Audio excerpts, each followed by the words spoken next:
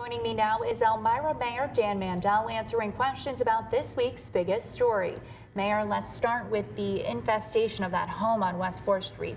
Insects, cockroaches. What's your code department saying about this? Well, our code department obviously was aware of the property being out of code back in August, and they set him for that. They weren't aware of the infestation until the property manager actually alerted them to the infestation a couple weeks ago and indicated they will be bringing in someone to fumigate it.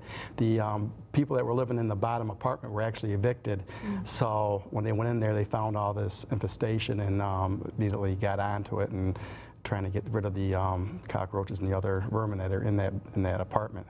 And we're seeing video right there from that infestation. Yeah, unbelievable. And, yeah, it's obviously going to take a lot of time and probably resources to clean that up. Absolutely. Is there any cost to taxpayers with No, this like is all the property. The property owner is actually paying for the entire cleanup of the property. They are supposedly cleaning up the citation that they were cited for, and our code will be back over to look at it once everything's done to make sure it's inhabitable again, so we can we'll go from there. All right, great. Let's move on next to a story we've been following for about a week now. We've gotten some complaints about cigarette butts in the downtown area, and we talk so much in Elmira about downtown revitalization and giving Elmira a makeover.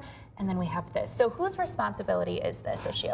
When it comes to the bus station, that's a county-owned building. So I had one person that have asked about what putting up security cameras if the county wished to do that. That may not be a bad idea. But people need to basically not throw cigarette butts on the ground, and they need to police themselves and keep our city clean. Obviously, if a police officer finds someone throwing debris on the ground, they're going to get cited for littering. There's a fine attached to that. So. Right, and obviously that's a tough situation within itself, because for somebody to be fined as they're doing this, you know, they need to be caught by a police officer. Correct. But, you know, as we know, officers have way bigger fish to fry, so to speak. Exactly, and it's not always an easy offense to catch people doing. I mean, if they obviously see someone throwing a trash out of a vehicle, they will pull it over. But yes, so it's up to all of us to keep our city clean. That's the bottom line.